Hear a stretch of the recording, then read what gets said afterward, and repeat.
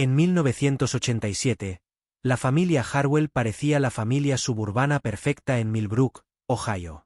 Pero cuando su casa fue demolida en 2023, los trabajadores de la construcción descubrieron una habitación oculta en el sótano llena de cientos de fotografías, historiales médicos y grabaciones de audio que revelaban una verdad aterradora. Nada de lo relacionado con la familia Harwell era real. Cuanto más investigaban, más inquietante se volvía la realidad. Esta es la historia de una manipulación psicológica tan completa que reescribió la identidad de toda una familia. Para comprender el verdadero horror de lo que le sucedió a la familia Harwell, primero hay que entender lo convincente que era su actuación. Y sí, utilizo la palabra actuación deliberadamente, aunque ellos no sabían que estaban actuando. Déjame llevarte de vuelta a una cálida mañana de sábado de junio de 1985. Margaret Harwell está en su cocina, con la luz del sol entrando a raudales a través de las cortinas amarillas de cuadros Vichy, preparando lo que se convertiría en legendario entre los vecinos, su tanda semanal de galletas con trocitos de chocolate. Lleva un vestido azul claro, su cabello rubio perfectamente rizado al estilo distintivo de los años 80, y tararea una canción de Lionel Richie que suena en la radio. La cocina es una imagen de perfección doméstica. Armarios de madera de estilo rústico, gallos de cerámica alineados en el alféizar de la ventana, un tablón de anuncios cubierto con los dibujos de los niños y los certificados de honor de Sara. El olor a vainilla y mantequilla llena el aire, mezclándose con el aroma de las rosas que Margaret corta cada mañana en su jardín. Exactamente a las 9:47 de la mañana, y sabemos la hora exacta porque Margaret llevaba horarios meticulosos, de lo que hablaremos más adelante. Richard sale de su despacho, donde ha estado revisando los expedientes de sus pacientes. Lleva pantalones caqui y un polo azul marino, y tiene todo el aspecto de un padre suburbano de éxito en su día libre. Rodea con los brazos la cintura de Margaret por detrás, y ella se inclina hacia él con una facilidad que le viene de sobra. Huele de maravilla, cariño, dice él, con esa voz cálida y autoritaria que hacía que sus pacientes confiaran en él y sus vecinos lo respetaran. A los Anderson les va a encantar. Margaret se gira entre sus brazos, con los ojos azules brillando de auténtico afecto. Sabes lo mucho que me gustan nuestras reuniones vecinales. Me encanta reunir a todo el mundo. No era una actuación. Entiéndelo. Margaret creía de verdad que le encantaba organizar estas reuniones.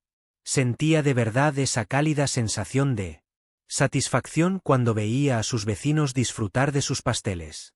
Las emociones eran reales, lo que era artificial era el origen de esas emociones. En ese momento, Sara baja corriendo las escaleras, con su larga melena rubia, tan parecida a la de Margaret, rebotando con cada paso. Llevaba una camiseta rosa sin mangas y unos pantalones cortos vaqueros, y parecía el sueño de cualquier padre sobre cómo debería ser una hija adolescente. Sin rebeldía, sin actitudes, simplemente una adolescente estadounidense sana y pura. Mamá, ¿puedo invitar a Jessica a que me ayude con las galletas? Lo está pasando muy mal desde que sus padres se divorciaron y pensé que quizá tu famosa terapia del chocolate podría ayudarla. La cara de Margaret se iluminó con orgullo. Por supuesto, cariño. Eres muy considerada. Esa es exactamente la compasión que esperaba inculcarte. Una vez más, Margaret sintió un verdadero orgullo. Creía sinceramente que había criado a su hija para que fuera compasiva. No recordaba las sesiones de condicionamiento que habían programado a Sara para identificar y responder al malestar emocional de los demás, ni los sistemas de recompensa que habían reforzado estos comportamientos hasta que se convirtieron en automáticos.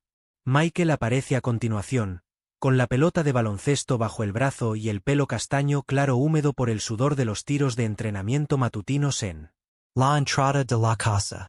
A sus 14 años, ya muestra signos de ser alto y atlético, lo que le hace popular entre sus compañeros de equipo y llama la atención de las chicas del colegio. Papá, ha llamado el entrenador Williams. Quiere hablar contigo otra vez sobre ese campamento de baloncesto de verano. Cree que tengo mucho potencial. El pecho de Richard se hincha de orgullo paterno. Eso es maravilloso, hijo. Lo discutiremos durante el almuerzo. Pero recuerda, la excelencia académica. Es lo primero. El baloncesto es solo una forma de mantenerse en forma y aprender a trabajar en equipo. Michael agent con entusiasmo. Por supuesto, papá. Anoche terminé todos mis deberes y he estado leyendo esa biografía de Benjamin Franklin que me recomendaste. ¿Sabías que le gustaba mucho nadar como ejercicio? La conversación fluye de forma natural y cálida.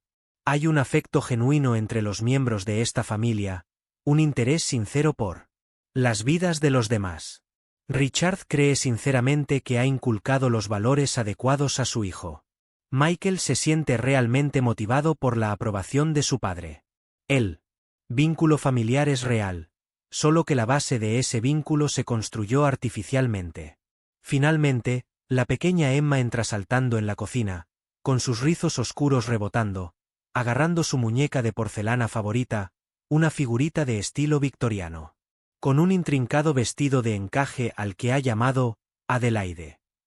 Emma tiene 8 años y unos grandes ojos marrones que parecen casi demasiado inteligentes para su edad, aunque nadie en la familia se da cuenta de esta incongruencia. Mamá, Adelaide también quiere ayudar a hacer galletas. Promete tener mucho cuidado y no ensuciar nada. Margaret se arrodilla a la altura de Emma y les habla tanto a la niña como a la muñeca con la misma seriedad. Bueno, Adelaide tendrá que lavarse las manos primero, como todos los que ayudan en la cocina. ¿Puedes hacerlo? Emma asiente solemnemente y lleva a Adelaide al fregadero, sosteniendo con cuidado las diminutas manos de porcelana de la muñeca bajo el agua. El ritual es elaborado y específico. Primero la mano izquierda, luego la derecha, luego ambas juntas mientras se cuenta hasta 10. Ninguno de los miembros de la familia encuentra esto extraño, aunque cualquier psicólogo infantil se habría preocupado inmediatamente por la naturaleza compulsiva del comportamiento. Así es como los vecinos conocían a la familia Harwell. Cálida, cariñosa, exitosa, con las peculiaridades justas para parecer auténticamente humana.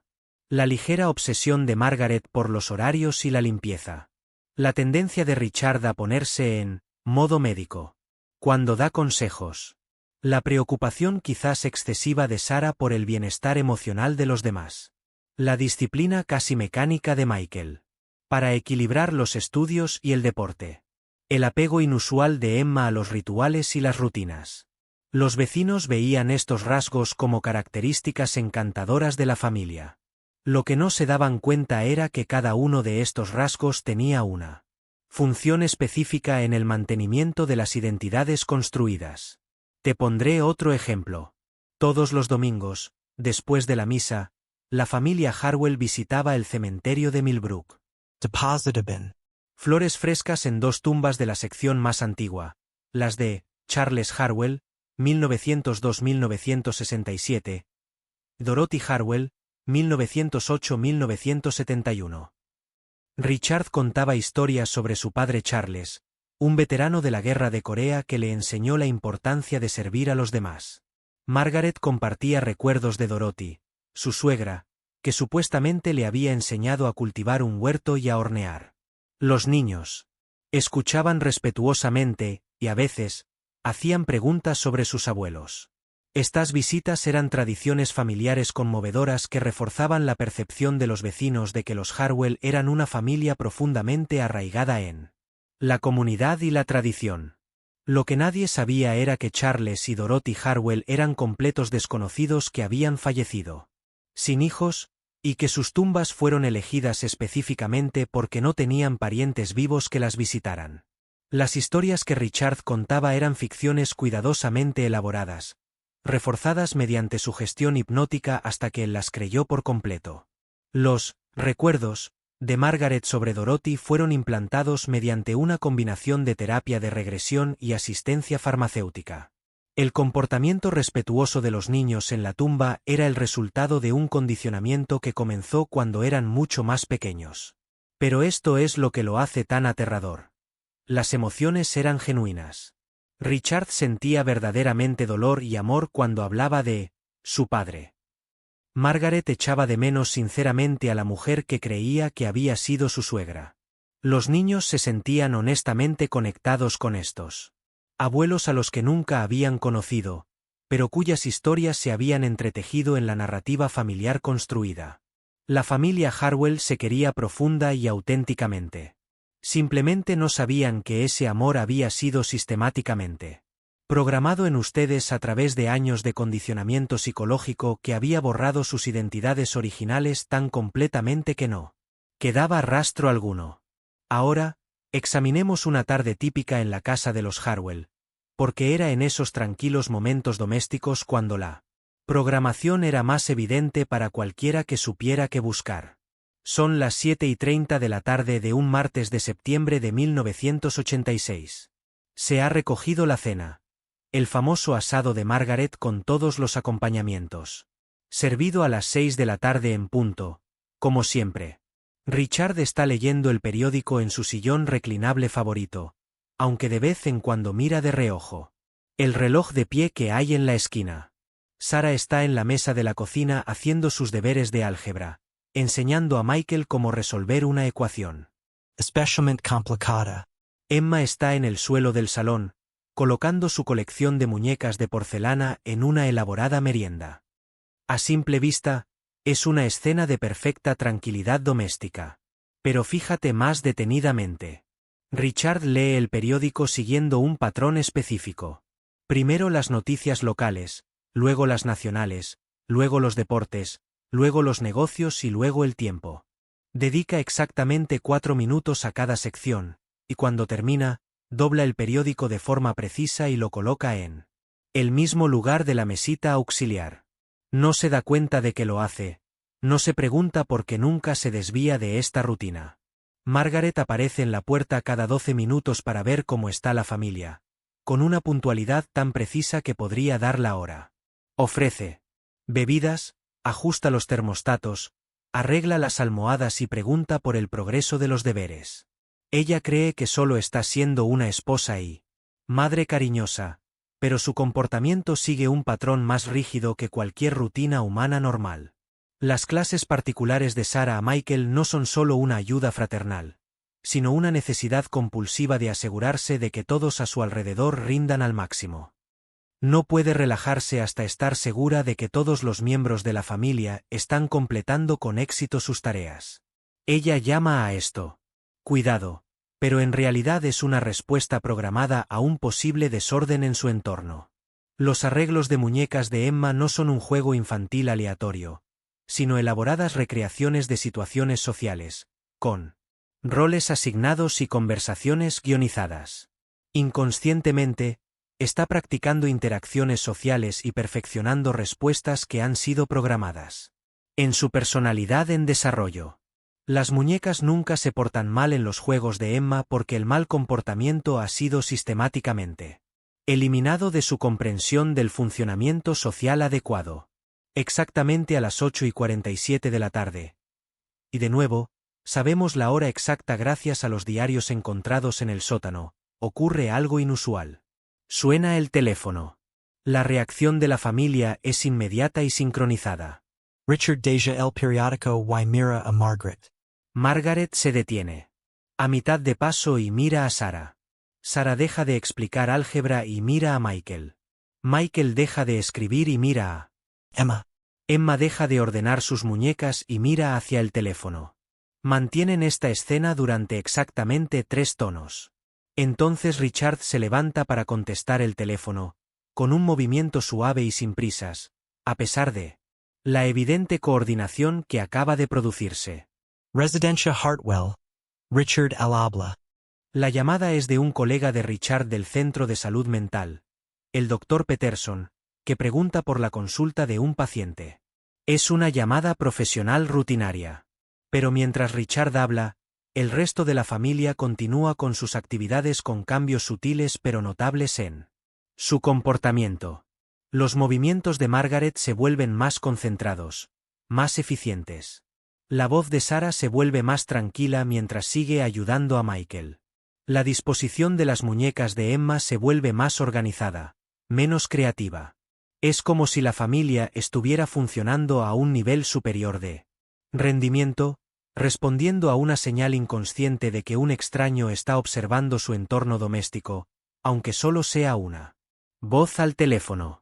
Esta es la respuesta programada de una familia que ha sido condicionada para mantener su rendimiento en todo momento, incluso cuando creen que no están siendo observados. La llamada termina después de exactamente 7 minutos. Richard vuelve a su silla, pero ahora su lectura del periódico ha cambiado. En lugar de continuar donde lo dejó, empieza de nuevo desde el principio, siguiendo el mismo patrón preciso. No se da cuenta de que está haciendo esto, no cuestiona el comportamiento. El resto de la familia también reinicia sus actividades. Margaret comienza un nuevo ciclo de 12 minutos para controlar a todos. Sarah empieza a explicar de nuevo el mismo concepto de álgebra a Michael, aunque él ya lo ha entendido. Emma vuelve a colocar sus muñecas siguiendo el mismo patrón que había creado anteriormente. Inconscientemente, vuelven a realizar sus rutinas programadas, asegurándose de que su actuación siga siendo perfecta y de que la dinámica familiar siga siendo exactamente como se ha diseñado. Así es la familia Harwell en una tarde normal de martes de 1986. Esto es lo que tus vecinos habrían visto si hubieran mirado por las ventanas, una familia cariñosa, exitosa y maravillosamente funcional que vive su sueño americano. Lo que los vecinos no podían ver eran los sutiles signos de un condicionamiento psicológico tan profundo y completo que los sujetos no eran conscientes de que eran sujetos. La música se vuelve ligeramente más discordante, insinuando la oscuridad que se esconde bajo la superficie. Pero alguien estaba observando. Alguien estaba tomando notas. Alguien estaba documentando cada gesto, cada rutina, cada comportamiento inconsciente que revelaba la profundidad de la programación. Y ese alguien estaba a punto de cometer un terrible error que amenazaría con exponer todo el experimento. 15 de marzo de 2023. 8:43 a.m. La demolición del 412 de Maple Street se suponía que era una tarea rutinaria. Jake Morrison llevaba 15 años en el negocio de la demolición y había derribado cientos de casas en todo Ohio. Propiedades abandonadas, ejecuciones hipotecarias, estructuras obsoletas que daban paso a nuevos desarrollos. Para él era todo lo mismo. Solo otro día más de trabajo con su mazo y su equipo. Pero Jake Morrison nunca se había encontrado con nada parecido a lo que le esperaba detrás de la pared del sótano. El ayuntamiento de Millbrook había decidido finalmente derribar la casa Harwell después de 36 años de desocupación. El valor de las propiedades del barrio se había visto afectado por la estructura vacía y en deterioro, y los residentes locales llevaban más de una década solicitando su eliminación.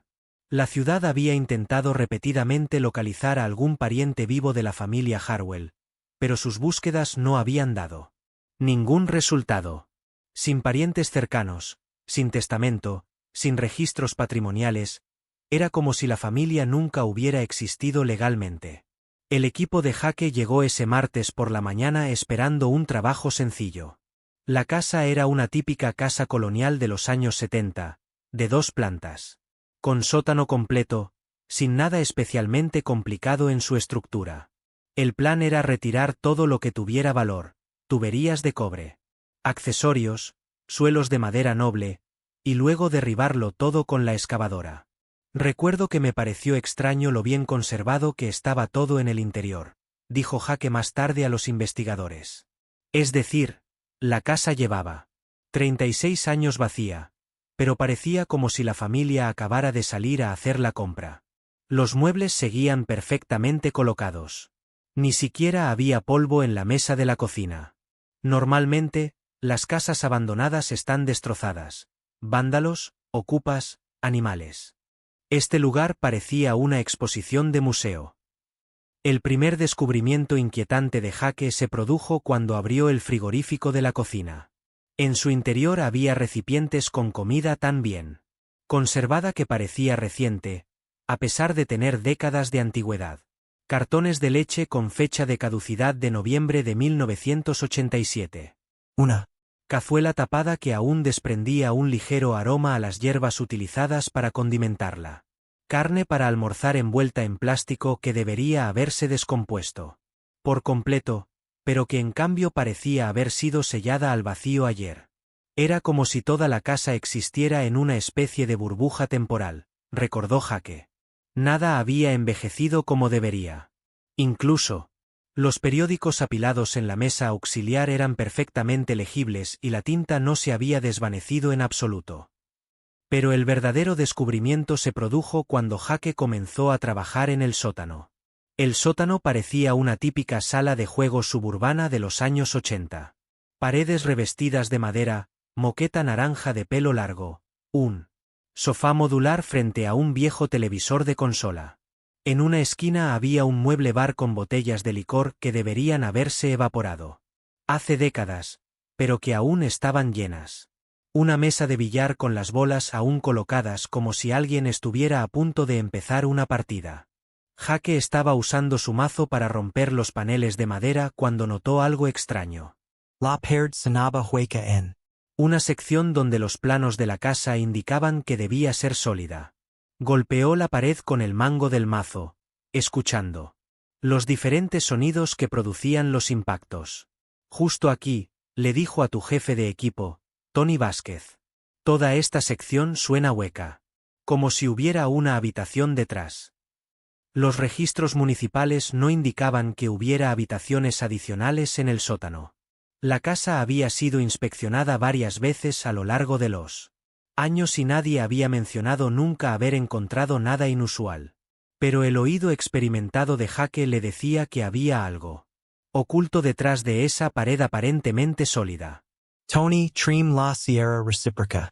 Hagamos un pequeño agujero y veamos qué hay ahí detrás. Lo que sucedió a continuación cambió la vida de Jake Morrison para siempre. La hoja de la sierra cortó fácilmente los paneles de madera, revelando una capa de yeso detrás. Luego, otra capa de madera. Después, láminas de metal. Luego, más yeso. La pared estaba construida como una bóveda, con múltiples capas de diferentes materiales diseñados para amortiguar el sonido y evitar que se descubriera. Cuando Jake cortó la última capa, le llegó un olor que nunca olvidaría. No era el olor a podredumbre o moho que cabría esperar de una habitación sellada. Era químico, agudo y antiséptico, como el de un quirófano de hospital, pero debajo había algo más. Algo que le revolvió el estómago y le hizo temblar las manos. He olido muchas cosas desagradables en mi trabajo, dijo Jake más tarde. Animales muertos, aguas residuales, derrames químicos. Pero esto era diferente. Olia. A sufrimiento. Sé que suena loco, pero es la única forma en que puedo describirlo. Olía a dolor y miedo atrapados en esa habitación durante décadas. Jake agrandó el agujero, lo suficiente como para poder iluminarlo con una linterna. Lo que vio en ese haz de luz le hizo soltar la herramienta y tropezar hacia atrás, casi cayéndose sobre su propio equipo. Tony, llama a la policía. Ahora mismo. No hagas preguntas, solo llámalos. La habitación oculta medía aproximadamente 3,5 metros por 4,5 metros, con paredes de hormigón y sin ventanas. Pero no estaba vacía. El espacio estaba meticulosamente organizado, como una oficina o un laboratorio profesional. Una pared estaba llena de archivadores. En el centro había un escritorio con sofisticados equipos de grabación. Y cubriendo todo el espacio disponible de las paredes había fotografías, cientos y cientos de fotografías. Pero no eran fotos familiares. Eran imágenes de vigilancia, fotos de documentación clínica y lo que parecían ser fotos comparativas del antes y el después que mostraban los cambios físicos y psicológicos de los sujetos a lo largo del tiempo. Los sujetos eran la familia Harwell. La detective María Santos, del Departamento de Policía de Millbrook, fue la primera agente de la ley en entrar en la habitación oculta. Con 20 años de experiencia en todo tipo de casos, desde violencia doméstica hasta investigaciones de homicidios, Santos creía haber visto todo tipo de escenas del crimen. Se equivocaba.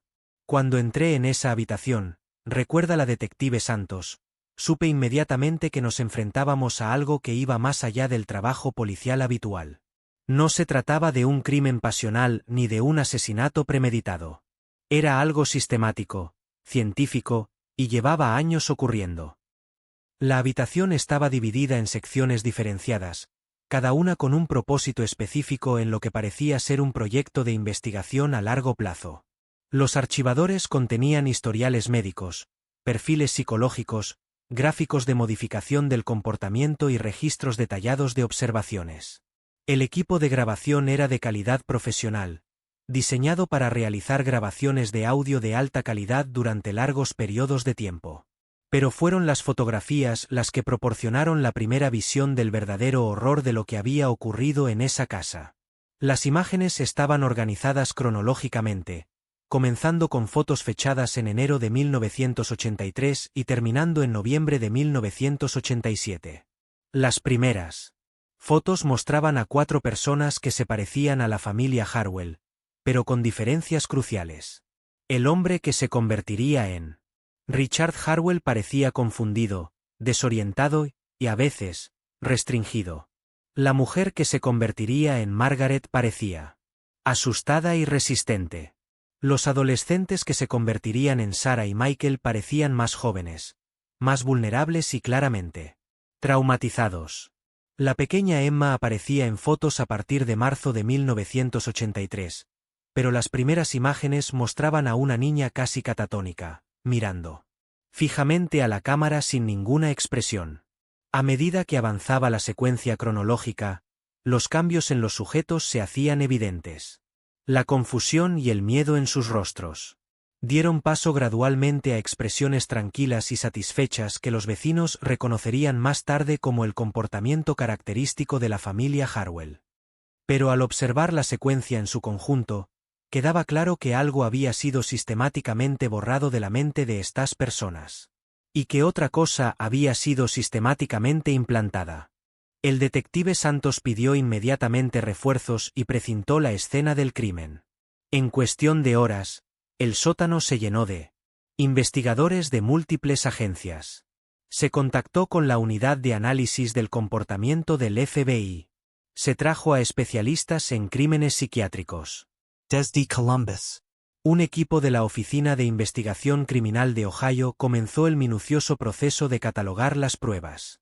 Lo que encontraron en esos archivadores llevaría meses analizarlo por completo, pero los resultados preliminares eran lo suficientemente inquietantes como para clasificar toda la investigación bajo jurisdicción federal. Los registros médicos mostraban documentación detallada de intervenciones farmacéuticas, incluyendo fármacos experimentales que nunca habían sido aprobados para uso humano.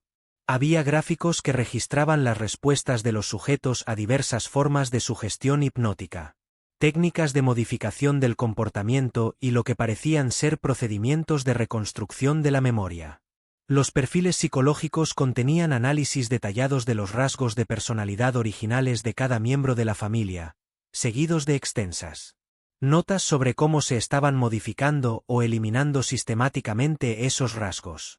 Había perfiles de personalidad objetivo, planos de en quién se suponía que debía convertirse cada miembro de la familia. Lo más inquietante de todo eran los registros de observación. Entradas diarias que documentaban todos los aspectos del comportamiento de la familia, anotando los éxitos y fracasos en el proceso de condicionamiento y planificando ajustes en los protocolos de tratamiento. Los registros estaban escritos en un tono clínico y distante que trataba a los miembros de la familia como sujetos experimentales en lugar de seres humanos. Pero, ¿quién llevaba a cabo este experimento? Los documentos solo estaban firmados con las iniciales, Dr. H.W. No había nombres completos, ni direcciones, ni información identificativa que pudiera llevar a los investigadores hasta la persona responsable. El equipo de grabación proporcionó el siguiente gran avance. El dispositivo estaba diseñado para activarse en función de los patrones de voz, grabando automáticamente cada vez que la familia se encontraba en el sótano. Había cientos de horas de grabaciones, que databan de 1983 and 1987. La técnica del FBI Sarachen fue asignada para comenzar el proceso de digitalización y análisis de las grabaciones de audio. Lo que escuchó en esas primeras horas de reproducción la convenció de solicitar apoyo psicológico para el equipo de investigación. Las primeras grabaciones son difíciles de escuchar, informó Chen a sus supervisores. Documentan lo que parece ser una tortura psicológica sistemática, diseñada para destruir la personalidad original de los sujetos. Pero a medida que avanzan las grabaciones, se puede escuchar cómo los miembros de la familia se convierten gradualmente en las personas que los vecinos recuerdan. Es como escuchar a seres humanos siendo gradualmente reemplazados por versiones programadas de sí mismos.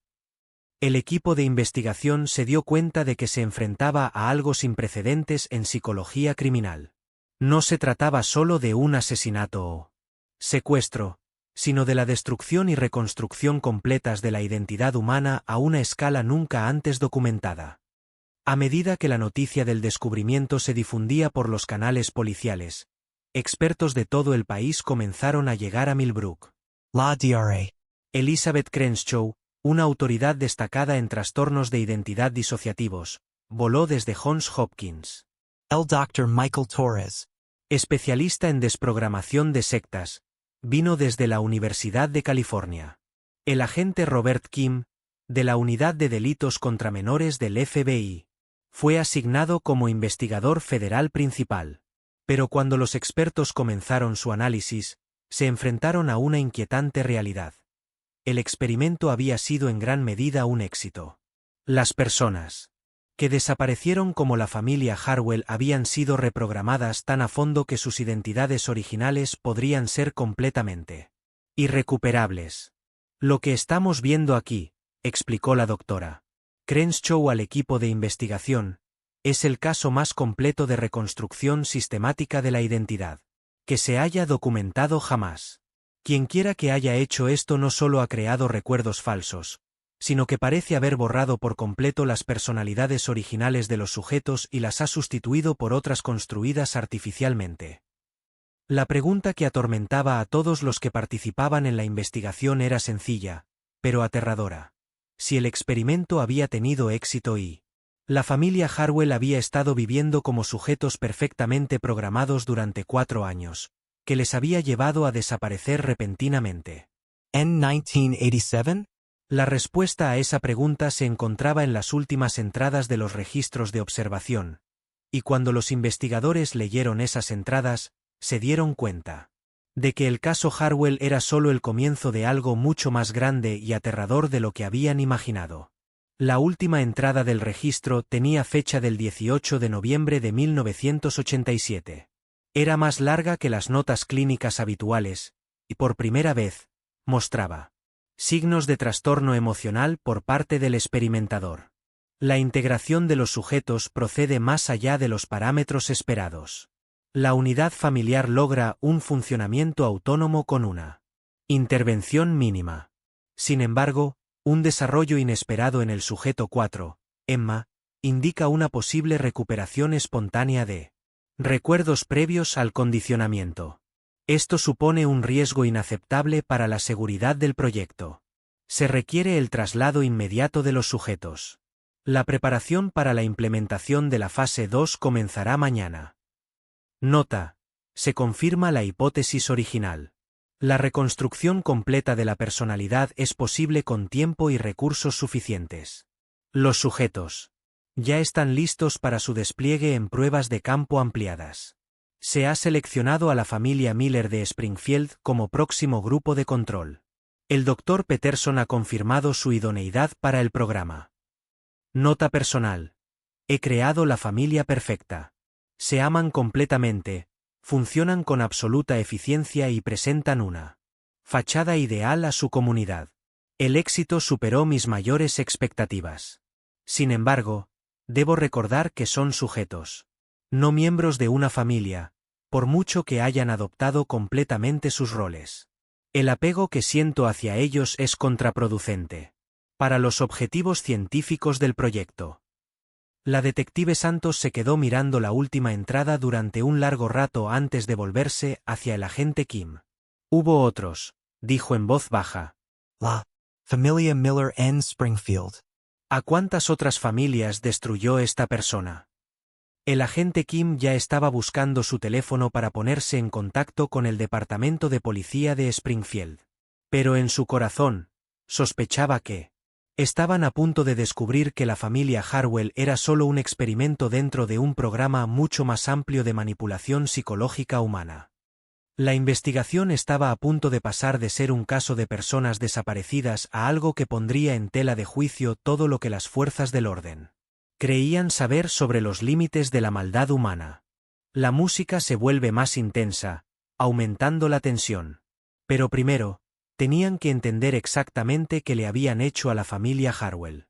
Tenían que examinar cada fotografía, analizar cada grabación y reconstruir paso a paso el proceso por el cual 4 seres humanos habían sido psicológicamente desmantelados y reconstruidos en algo completamente diferente. Lo que descubrirían en esas fotografías revelaría técnicas de manipulación psicológica tan avanzadas y crueles que varios investigadores necesitarían terapia solo por revisar las pruebas. La DRA. Elizabeth Crenshaw había pasado 23 años estudiando la capacidad de la mente humana para fragmentarse, adaptarse y curarse del Trauma psicológico. Había trabajado con supervivientes de abusos rituales, víctimas de la trata de personas y pacientes con las formas más graves de trastorno de identidad disociativo. Creía comprender lo más oscuro que un ser humano podía hacerle a la psique de otro. Las fotografías encontradas en la habitación oculta demostraron que estaba equivocada. Nunca había visto una documentación tan completa de destrucción psicológica sistemática, dijo la doctora Crenshaw al equipo de investigación mientras extendía la primera serie de fotografías sobre la mesa de conferencias de la comisaría de Millbrook. Quienquiera que tomara estas imágenes no solo estaba llevando a cabo un experimento, sino que estaba creando un manual de instrucciones para borrar la identidad humana. Las fotografías estaban organizadas en 4 series distintas, una para cada miembro de la familia, y cada serie estaba contenida en su propio sistema de archivo meticulosamente etiquetado. Las etiquetas eran clínicas y deshumanizantes. Sujeto 1, hombre adulto, 42 años. Sujeto 2, mujer adulta, 38 años. Sujeto 3, mujer adolescente, 16 años. Sujeto 4, niña, 8 años. Lo que hacía que estas fotografías fueran especialmente inquietantes no era solo su contenido, sino su calidad profesional. Habían sido tomadas con un equipo caro, con la iluminación adecuada y reveladas con la precisión de un proyecto de documentación científica. No era el trabajo de un aficionado o de alguien que actuaba por impulso. Era sistemático, metódico y se había llevado a cabo durante un periodo de casi 5 años. El detective Santos abrió el primer expediente, sujeto 1, hombre adulto, 42 años. La fotografía más antigua estaba fechada el 3 de enero de 1983. Mostraba a un hombre que solo tenía un parecido superficial con el Richard Harwell que los vecinos conocerían más tarde. Este hombre era delgado, casi demacrado, con ojos hundidos y barba rala. Tenía el pelo más largo y descuidado. Pero lo más llamativo eran sus ojos. Mostraban inteligencia, conciencia y algo que solo podía describirse como terror desesperado. Estaba sentado en lo que parecía una silla de exploración médica, con correas de cuero visibles en las muñecas y los tobillos. Detrás de él, parcialmente visible en la fotografía, había un equipo médico que parecía más adecuado para un hospital psiquiátrico que para un sótano suburbano. El hombre miraba directamente a la cámara, y su expresión era la de alguien que sabía exactamente lo que te estaba pasando y era incapaz de impedirlo. Fíjense en su postura, señaló el doctor Crenshaw a los investigadores. Está tratando de mantener la dignidad a pesar de estar inmovilizado. Esta. Mirando a los ojos al fotógrafo, lo que indica que es alguien que todavía tiene intacto su sentido del yo y que sigue luchando contra el proceso. Había una nota manuscrita adjunta a la fotografía. Día 1. Sujeto adquirido con éxito. Resistencia inicial alta, como era de esperar. El sujeto demuestra un fuerte sentido de identidad personal y un recuerdo claro de su vida anterior. Perfil psicológico de referencia completo. Listo para comenzar la fase 1 de acondicionamiento. La siguiente fotografía estaba fechada el 10 de enero de 1983, una semana después. El cambio era sutil, pero notable. Los ojos del hombre parecían ligeramente desenfocados, como si le costara concentrarse. Su postura era menos rígida, más dócil. El terror seguía ahí, pero se mezclaba con la confusión. La nota adjunta decía, día 8. La intervención farmacológica inicial muestra los resultados esperados.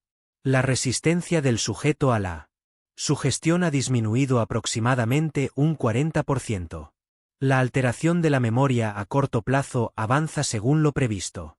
El sujeto comienza a cuestionar sus propios recuerdos cuando se le presentan narrativas alternativas. El agente Kim estudió la progresión de las fotografías con creciente horror. ¿Cuántas fotos hay en esta serie? El detective Santos hojeó el grueso expediente. Más de 200. Una tomada aproximadamente cada semana durante casi 5 años. La transformación documentada en las fotografías era gradual pero implacable. En la 4ª semana, la expresión del hombre había cambiado de terror a desconcierto. En la 8ª semana, miraba a la cámara con la complacencia vacía de un paciente psiquiátrico fuertemente medicado contra su voluntad. Pero el cambio más inquietante se produjo alrededor de la 12ª semana. El hombre ya no estaba inmovilizado, sino sentado libremente en lo que parecía ser una silla cómoda. Le habían cortado y peinado el pelo. Estaba bien afeitado y vestía ropa que más tarde se convertiría en el estilo típico de Richard Harwell. Pero sus ojos eran completamente diferentes, vacíos, expectantes, como los de alguien a quien le hubieran extirpado quirúrgicamente la personalidad. La nota de esta fotografía era más larga que las demás. Día 84. Phase 1 completada. Matriz de personalidad original del sujeto. Interrumpida con éxito. No hay signos de resistencia a la sugestión. El sujeto acepta los recuerdos implantados como experiencias auténticas. Listo para comenzar la fase 2. Construcción de la identidad. A partir de ahora, nos referiremos al sujeto por su identidad asignada. Richard Harwell. El Dr. Crenshaw tomó una fotografía del medio de la serie, fechada aproximadamente un año después. La transformación era Completa. Este era el Richard Harwell que los vecinos reconocerían. Seguro de sí mismo, profesional, con la cálida sonrisa de un psiquiatra exitoso. Pero sabiendo lo que había sucedido antes, los investigadores podían ver que la calidez no llegaba a tus ojos. Había algo artificial en tu expresión, como un actor que había perfeccionado su papel, pero que aún lo estaba interpretando. Así es como se ve una reconstrucción psicológica exitosa, explicó el Dr. Crenshaw. El sujeto no está fingiendo ser Richard Harwell. Realmente cree que es Richard Harwell. Sus recuerdos, sus respuestas emocionales, sus patrones de comportamiento, todo ha sido reemplazado. La persona original ha sido completamente borrada. Las fotografías del sujeto 2, mujer adulta, 38 años, contaban una historia similar, pero aún más inquietante. La mujer que se convertiría en Margaret Harwell había luchado contra el proceso durante más tiempo y con más violencia que el hombre que se convirtió en Richard. Las primeras fotografías mostraban a una mujer en evidente angustia física. Tenía moretones compatibles con haber luchado contra las ataduras. Sus ojos estaban desorbitados por el pánico y varias fotos mostraban su boca abierta en lo que claramente era un grito, aunque el sótano insonorizado habría impedido que nadie oyera sus gritos de auxilio. A diferencia de la serie de Richard, las fotografías de Tus ojos estaban desorbitados por el pánico y varias fotos mostraban tu boca abierta en lo que claramente era un grito, aunque el sótano insonorizado habría impedido que nadie oyera tus gritos de auxilio. A diferencia de la serie de Richard, las fotografías de Margaret incluían imágenes de ella siendo sometida físicamente por asistentes invisibles. En varias tomas se veían manos con guantes médicos sujetándola o administrándole inyecciones. Las notas clínicas adjuntas a estas Fotos eran particularmente frías y inquietantes. El sujeto 2 muestra una resistencia significativamente mayor de lo previsto. Se requiere sujeción física para todos los procedimientos. El sujeto afirma tener hijos y exige repetidamente saber su paradero. Estos recuerdos declarados son incompatibles con el perfil seleccionado del sujeto y deben abordarse mediante protocolos de intervención mejorados. La progresión de la transformación de Margaret fue más dramática que la de Richard. Mientras que tu cambio había sido gradual, el de ella parecía ocurrir en fases distintas. Durante los primeros 6 meses, mantuvo su expresión desesperada y aterrorizada. Entonces, de repente, alrededor de la semana 24, algo cambió. La fotografía, fechada el 15 de julio de 1983, mostraba a una mujer completamente diferente. No solo más tranquila, sino fundamentalmente alterada. Su rostro tenía la expresión serena y vacía de alguien cuya personalidad había sido completamente reescrita. Pero más inquietantes eran los cambios físicos. Había ganado peso, se había peinado de otra manera y sus rasgos faciales parecían de alguna manera más suaves, más convencionalmente atractivos. La Dra. Crenshaw estudió esta transformación con fascinación profesional y horror personal. Fíjate en la estructura facial. Señaló. No se trata solo de un condicionamiento psicológico, también ha habido algún tipo de modificación física. Posiblemente cirugía estética. Y sin duda intervenciones farmacológicas que han afectado a su aspecto físico. La nota adjunta a esta crucial fotografía era la más larga de la serie de Margaret. Se ha logrado un avance con el sujeto 2 mediante la combinación de protocolos farmacológicos mejorados y procedimientos de modificación quirúrgica. La matriz de personalidad original se ha alterado por completo. Tras 168 días de condicionamiento intensivo, el sujeto ahora demuestra una aceptación completa de la identidad de Margaret Harwell. Las modificaciones físicas han eliminado cualquier parecido con su apariencia original, lo que reduce el riesgo de que sea reconocida si el sujeto se encuentra con personas de su vida anterior. El sujeto está listo para la integración con el sujeto 1 y el comienzo del condicionamiento relacional. El agente Kim sintió un vuelco en el estómago. No solo le borraron la mente, sino que le cambiaron el rostro para que nadie de su vida original la reconociera. La serie de fotografías que mostraban a Richard y Margaret juntos revelaba la siguiente fase del experimento: enseñar a los sujetos reconstruidos psicológicamente a amarse. Las primeras fotos los mostraban sentados juntos, pero manteniendo la distancia física, con un lenguaje corporal que sugería que eran dos extraños incómodos en presencia del otro. Pero a medida que avanzaba la serie, sus interacciones se volvían más naturales, más íntimas. Empezaron a cogerse de la mano, a abrazarse, a mirarse, con lo que parecía ser un afecto genuino. Las últimas fotografías de esta serie los mostraban como la pareja devota que los vecinos recordarían. El brazo de Richard alrededor de los hombros de Margaret, ambos sonriendo con una felicidad aparentemente auténtica. Esta es la forma más sofisticada de manipulación psicológica que he visto nunca, admitió el Dr. Crenshaw ante el equipo. El experimentador no solo borró vuestras personalidades originales, sino que construyó nuevas personalidades diseñadas específicamente para que os amarais. Creó vínculos emocionales artificiales que los sujetos experimentaban como completamente reales. Pero la serie más desgarradora era la de las fotografías del sujeto 3, mujer adolescente, 16 años, y el sujeto 4, niña, 8 años. La adolescente que se convertiría en Sarah Harwell había sido claramente arrancada de una vida muy diferente. Las primeras fotografías mostraban a una joven con el pelo corto y oscuro, múltiples piercings en las orejas y ropa que sugería que procedía de un entorno urbano. Su expresión era de pura rabia y rebeldía.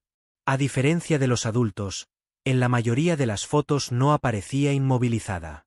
En cambio, parecía estar confinada en una pequeña habitación blanca con paredes acolchadas. A menudo se la fotografiaba en poses agresivas, golpeando las paredes, gritando a la cámara, haciendo gestos obscenos. A su captor. Las notas adjuntas a estas fotos revelaban por qué no eran necesarias las restricciones físicas. La contención del sujeto 3 se logró mediante intervención farmacológica en lugar de restricciones físicas. Las respuestas agresivas del sujeto indican un fuerte sentido de identidad personal, pero el aislamiento prolongado y la dependencia química acabarán logrando la alteración psicológica deseada. El sujeto cree que está retenido temporalmente y sigue exigiendo contacto con personas de su vida anterior, concretamente con alguien llamado Marcus, que parece ser su pareja sentimental. La transformación de la adolescente era quizás la más inquietante de todas porque era muy completa. En 6 meses, la joven enfadada y desafiante se había convertido en la dulce y obediente Sarah que conocían los vecinos. Se había dejado crecer el pelo y se lo había teñido de rubio. Se había quitado los piercings y había dejado que se curaran. Toda su apariencia física había sido alterada para ajustarse al ideal de una hija adolescente de los suburbios. Pero fueron las fotografías de la niña las que quebraron la compostura profesional de la detective Santos. Tuvo que salir de la habitación 2 veces. Mientras revisaba la serie del sujeto 4. La niña que se convertiría en Emma Harwell aparecía en las primeras fotografías como una niña completamente diferente. Era mayor, posiblemente de 10 u 11 años, con cabello rubio y ojos azules que no se parecían en nada a la Emma que recordaban los vecinos. Pero, más inquietante que su aspecto diferente era tu estado en estas primeras fotos.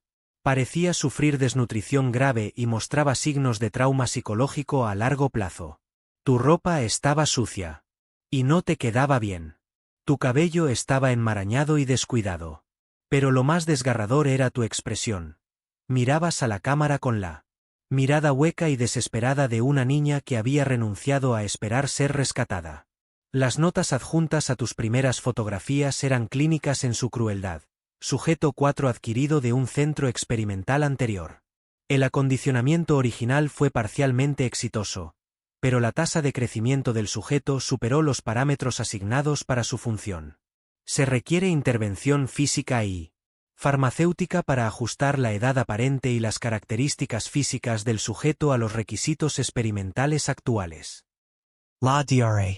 Crenshaw leyó esta nota varias veces antes de comprender todas sus implicaciones.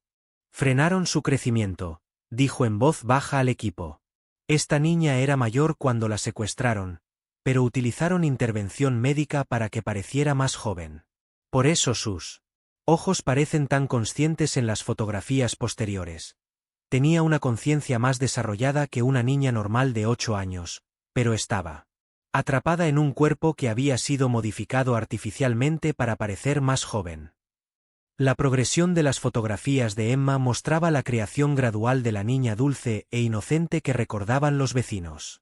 Su cabello estaba teñido de castaño oscuro y peinado con rizos. Su desarrollo físico era cuidadosamente supervisado y controlado. Su ropa fue cambiada para reflejar el estilo de una niña más joven de una familia adinerada de los suburbios. Pero lo más inquietante era la documentación de su condicionamiento psicológico. A diferencia de los adultos, que estaban condicionados para tener personalidades adultas complejas, Emma fue sistemáticamente regresada a un estado infantil de completa dependencia. Las fotografías mostraban cómo iba perdiendo gradualmente la desconfianza y la rebeldía que inicialmente habían permanecido de su personalidad original, hasta convertirse en la niña obediente y obsesionada con los rituales que los vecinos encontraban encantadora. La serie final de fotografías mostraba a los 4 sujetos juntos como la familia Harwell al completo. Estas imágenes documentaban vuestras interacciones mientras aprendíais a funcionar como una unidad familiar. Las primeras fotos mostraban agrupaciones incómodas y artificiales. 4 desconocidos. Dispuestos para parecer una familia, pero claramente incómodos entre sí. Pero las últimas fotografías de la serie, tomadas a finales de 1986 y principios de 1987, mostraban lo que parecía ser una familia genuinamente amorosa. El afecto en sus expresiones parecía completamente auténtico. Se tocaban con naturalidad y familiaridad. Se miraban. Con lo que solo podía describirse como amor. Este es el caso más exitoso de reconstrucción psicológica en la historia documentada, dijo el Dr. Crenshaw al equipo de investigación. El experimentador no solo borró por completo las identidades originales de 4 personas, sino que creó nuevas identidades capaces de establecer conexiones humanas genuinas y vínculos emocionales auténticos. Estas personas se amaban de verdad, aunque ese amor fuera creado artificialmente. El agente Kim estudió la última fotografía de la serie, un retrato familiar tomado en el salón de los Harwell en octubre de 1987, solo un mes antes de su desaparición. Richard tenía el brazo alrededor de Margaret y ambos sonreían cálidamente a la cámara. Sarah estaba arrodillada junto a Emma, ayudando a la niña a sostener su muñeca de porcelana favorita. Michael estaba detrás de sus hermanas, con la mano en el hombro de Sarah, en un gesto de afecto fraternal y protector. Era una imagen de felicidad familiar perfecta. Saber lo que ahora sabían sobre cómo se había creado esa felicidad la convertía en la imagen más inquietante de toda la colección. «Hay algo más», dijo el detective Santos, señalando un detalle en el fondo de la última fotografía. «Mira el reloj de pie que hay en la esquina». Marca las 8:47. El agente Kim recordó esa hora por los registros de observación que habían encontrado. Esa es la hora exacta a la que la familia sincronizaba su comportamiento cada vez que sonaba el teléfono.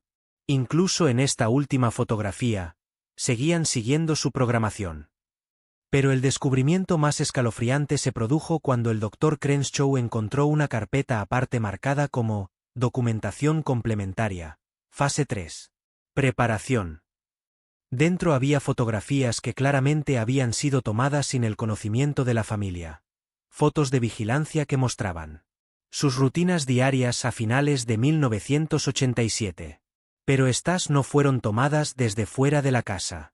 Fueron tomadas desde dentro, desde escondites repartidos por toda la casa de los Harwell. El experimentador había estado viviendo con ellos, observándolos, documentando su comportamiento incluso durante sus momentos familiares más íntimos. La última fotografía de esta serie complementaria fue tomada el 18 de noviembre de 1987, la misma fecha de la última entrada en los registros de observación. Mostraba a la familia Harwell durmiendo plácidamente en sus camas. Richard y Margaret en el dormitorio principal, con el rostro tranquilo y satisfecho. Sarah en su habitación, rodeada de sus trofeos de animadora y sus certificados de honor. Michael en su habitación, con su equipo de baloncesto perfectamente organizado. Emma en su habitación, con su colección de muñecas de porcelana velando por ella mientras dormía.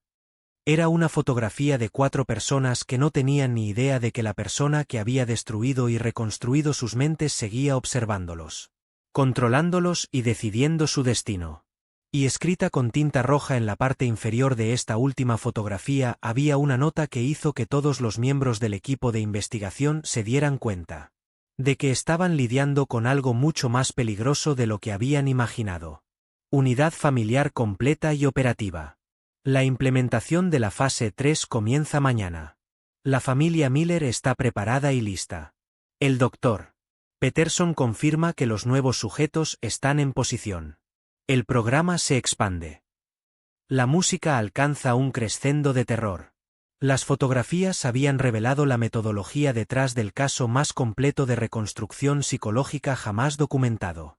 Pero también habían revelado que la familia Harwell era solo el comienzo. Había otras familias, otras víctimas y una red de personas involucradas en la expansión de este programa de experimentación humana. La investigación estaba a punto de convertirse en algo mucho más grande y peligroso de lo que nadie había previsto. El Dr. Michael Torres había pasado 15 años desprogramando a víctimas de manipulación psicológica, supervivientes de sectas, experimentos militares de control mental y abusos terapéuticos extremos. Había visto los efectos devastadores del lavado de cerebro sistemático en la psique humana. Pero cuando abrió el primer expediente médico del sótano de los Harwell, supo inmediatamente que estaba ante algo que superaba todos los casos documentados de manipulación psicológica de la historia. Esto no es solo lavado de cerebro, dijo el Dr. Torres al equipo de investigación mientras extendía los historiales médicos sobre 3 mesas de conferencias en la oficina local del FBI en Columbus. Esto es una reconstrucción neurológica completa. Quienquiera que haya hecho esto tenía acceso a fármacos experimentales, técnicas quirúrgicas y métodos de condicionamiento psicológico que no deberían existir fuera de los programas de investigación clasificados del gobierno. Los historiales médicos estaban organizados con la misma precisión clínica que las fotografías.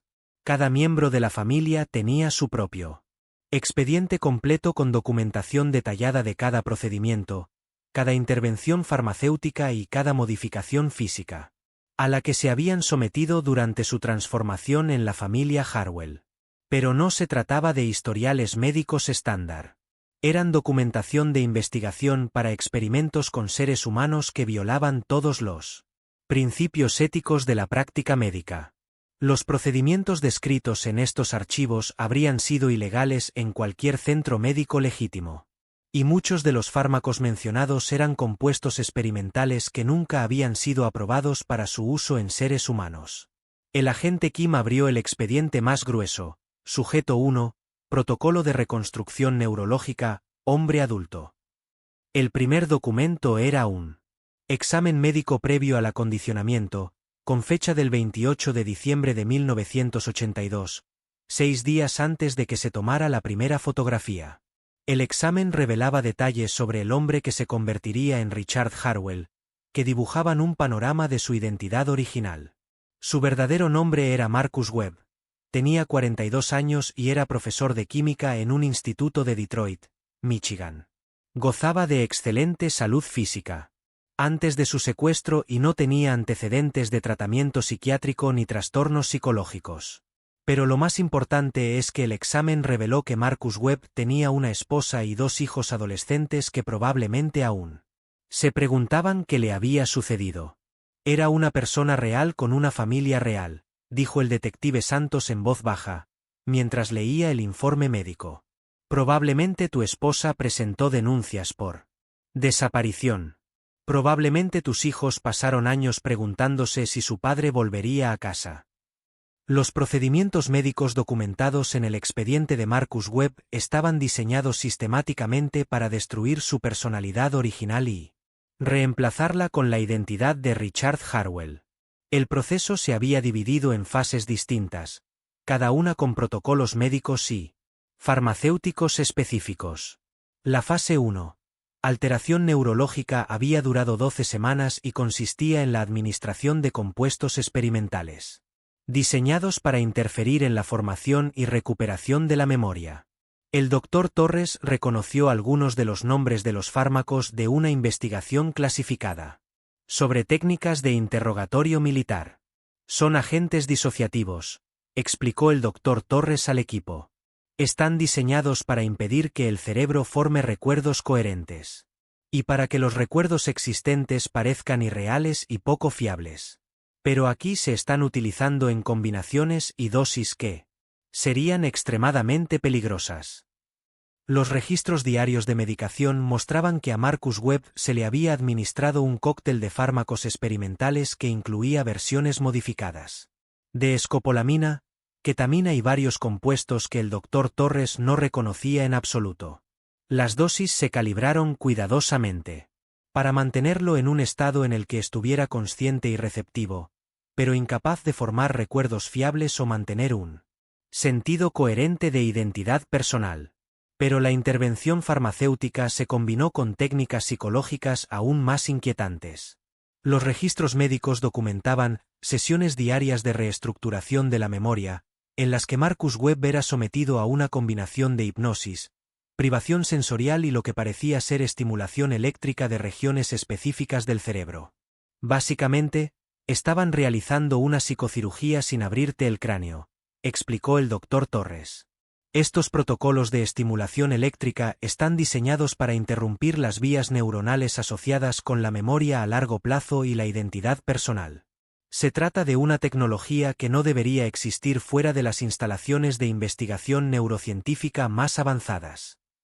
Los registros mostraban que los recuerdos originales de Marcus Webb habían sido sistemáticamente aislados y suprimidos mediante un proceso denominado interrupción de las vías neuronales. Sus recuerdos de su esposa, su trabajo y su familia habían sido sistemáticamente aislados y suprimidos mediante un proceso denominado INTER. Esta es una tecnología que no debería existir fuera de las instalaciones de investigación neurocientífica más avanzadas. Los registros mostraban que los recuerdos originales de Marcus Webb fueron sistemáticamente aislados y suprimidos mediante un proceso denominado interrupción de las vías neuronales. Sus recuerdos de su esposa, sus hijos, su carrera como profesor, toda su vida anterior, fueron metódicamente bloqueados para impedir el acceso consciente.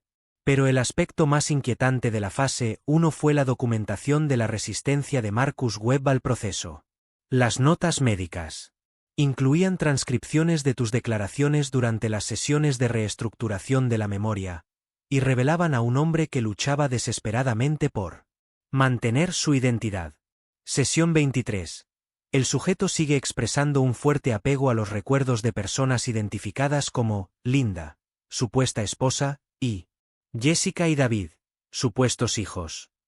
El sujeto se agita cuando se cuestionan estos recuerdos y exige repetidamente contactar con estas personas. Aumento de la intervención farmacológica para reducir el apego emocional a los recuerdos suprimidos. Sesión 31. El sujeto experimenta la fragmentación de la memoria según lo previsto. Ahora solo se accede a los recuerdos de la identidad original durante estados emocionales intensos. La angustia del sujeto por la pérdida de memoria indica que el tratamiento está progresando correctamente. El sujeto pregunta repetidamente: ¿quién soy? Durante las sesiones, lo que constituye un estado óptimo para la reconstrucción de la identidad. Sesión 47. Se ha logrado un avance. El sujeto ya no hace referencia espontáneamente a los recuerdos de tu identidad original. Cuando se le pregunta directamente sobre su vida pasada, el sujeto informa de confusión e incapacidad para recordar detalles específicos. La matriz de la personalidad original está suficientemente alterada para comenzar la fase 2. Fase 2. La construcción de la identidad había implicado la implantación sistemática de recuerdos falsos y rasgos de personalidad de Richard Harwell. Esta fase había durado 6 meses y representaba la manipulación psicológica más sofisticada que el Dr. Torres había encontrado jamás. El proceso comenzó con la creación de una biografía ficticia completa para Richard Harwell. Los registros médicos incluían documentación detallada sobre cómo se había construido esta identidad falsa, incluyendo recuerdos infantiles inventados, experiencias educativas y historial professional. No solo le dieron un nuevo nombre, explicó el Dr. Torres a los investigadores. Le dieron una historia de vida completamente falsa, con asociaciones emocionales y detalles sensoriales que hacían que los recuerdos parecieran auténticos. El proceso de implantación consistía en sesiones diarias en las que Marcus Webb era puesto en un estado hipnótico inducido por fármacos y se le proporcionaban narrativas detalladas sobre el pasado ficticio de Richard Harwell. Pero no se trataba solo de sugerencias verbales, sino de experiencias multisensoriales, diseñadas para crear las vías neuronales asociadas a los recuerdos auténticos. Los registros médicos documentaban el uso de tecnología sofisticada para crear recuerdos artificiales que incluían componentes visuales, auditivos e incluso olfativos. A Marcus Webb se le mostraron fotografías de personas que nunca había conocido, pero que, según le dijeron, eran sus padres. Se le reprodujeron grabaciones de conversaciones que nunca había tenido. Se le expuso a olores y sabores que luego se asociaron con recuerdos falsos de la infancia. Esta es una tecnología de implantación de recuerdos que está décadas por delante de cualquier otra cosa publicada en investigaciones, dijo el Dr. Torres al equipo. Estaban literalmente reescribiendo los sistemas de almacenamiento de recuerdos de su cerebro. Pero el aspecto más inquietante de la construcción de la identidad era la creación de los conocimientos y habilidades profesionales de Richard Harwell. Marcus Webb había sido profesor de química en un instituto sin formación en psicología ni psiquiatría.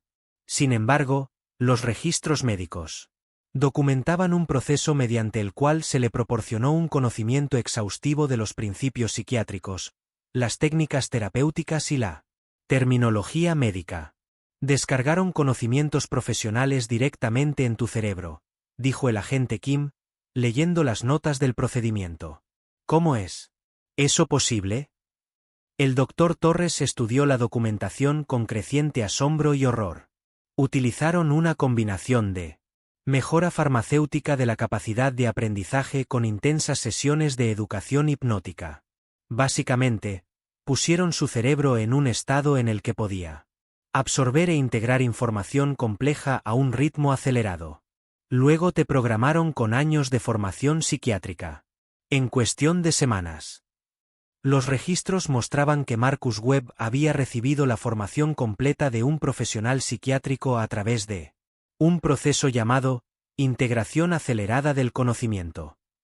Se le proporcionó información sobre teoría psicológica, procedimientos de diagnóstico, técnicas terapéuticas y protocolos médicos mientras se encontraba en estados inducidos por fármacos de mayor receptividad al aprendizaje. Pero lo más notable es que no solo se le proporcionó conocimiento factual, sino que se le proporcionó la comprensión emocional e intuitiva que conlleva años de experiencia profesional. Las notas médicas documentaban cómo sus respuestas a los escenarios psiquiátricos se volvían cada vez más sofisticadas a medida que avanzaba la programación. Día 127. El sujeto ahora muestra respuestas emocionales adecuadas a los estudios de casos psiquiátricos. Integración de conocimientos completada en un 78%. El sujeto muestra empatía genuina por los escenarios de pacientes ficticios y proporciona sugerencias terapéuticas clínicamente adecuadas. La construcción de la identidad profesional avanza antes de lo previsto. Día 143. El sujeto utilizó espontáneamente terminología psiquiátrica avanzada en una conversación informal. Cuando se le preguntó sobre tus conocimientos, el sujeto los atribuyó a años de estudio y práctica, lo que indica una integración exitosa de una historia profesional falsa. El sujeto ahora cree genuinamente que tiene 15 años de experiencia psiquiátrica. Fase 3. La programación relacional fue quizás el aspecto más sofisticado de todo el procedimiento. Esta fase se diseñó para crear vínculos emocionales auténticos entre Marcus Webb, ahora completamente programado como Richard Harwell, y la mujer que se estaba transformando simultáneamente en Margaret Harwell. Los registros médicos revelaron que los dos sujetos nunca se habían conocido antes de su secuestro y condicionamiento. Marcus Webb había sido secuestrado en Detroit en diciembre de 1982. La mujer que se convirtió en Margaret Harwell, cuyo nombre real se reveló que era Carol Martínez, una enfermera de 38 años de Phoenix, Arizona, había sido secuestrada en febrero de 1983. Sin embargo, la documentación médica mostraba cómo fueron programados para enamorarse el uno del otro a través de un proceso de vínculo emocional artificial sin precedentes en cuanto a su sofisticación. No solo los hicieron compatibles, explicó el Dr. Torres. Crearon desencadenantes emocionales específicos y patrones de respuesta que les harían experimentar una intensa atracción romántica mutua. Los programaron para que se amaran. El proceso consistió en exponer a cada sujeto a feromonas y otros marcadores biológicos de su pareja predestinada mientras se encontraban en estados de receptividad emocional inducidos por drogas. Se les mostraron fotografías de cada uno y se les inculcaron asociaciones emocionales positivas. Con esas imágenes. Se les reprodujeron grabaciones de las voces de cada uno y se les entrenó para que encontraran esas voces reconfortantes y atractivas. Pero lo más notable es que se les realizaron modificaciones complementarias de la personalidad que los harían psicológicamente compatibles. La programación de Richard incluía rasgos que atraían a la personalidad implantada de Margaret, y viceversa. Estaban literalmente diseñados para ser perfectos el uno para el otro. Los registros médicos documentaron vuestro primer encuentro después de completar el condicionamiento individual. Ambos sujetos creían que se estaban viendo por primera vez, pero vuestras respuestas programadas crearon una atracción y compatibilidad mutuas instantáneas. Día 201. Primera interacción entre los sujetos 1 y 2 como construcciones de identidad completas. Ambos sujetos informan de una respuesta emocional positiva inmediata. El uno hacia el otro.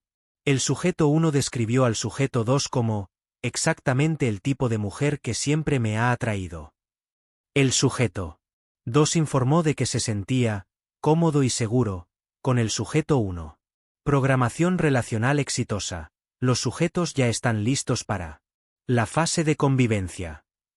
Pero los registros médicos revelaron algo aún más inquietante sobre la transformación de Carol Martínez en Margaret Harwell. A diferencia de Marcus Webb, que había sido condicionado gradualmente durante varios meses, Carol Martínez había sido sometida a un proceso más intenso que incluía modificaciones físicas en su apariencia.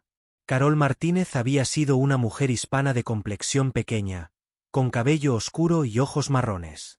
Los registros médicos documentaban procedimientos quirúrgicos que alteraron su estructura facial, cambiaron el color de su cabello de forma permanente e incluso modificaron su altura mediante una combinación de manipulación espinal e intervención farmacéutica.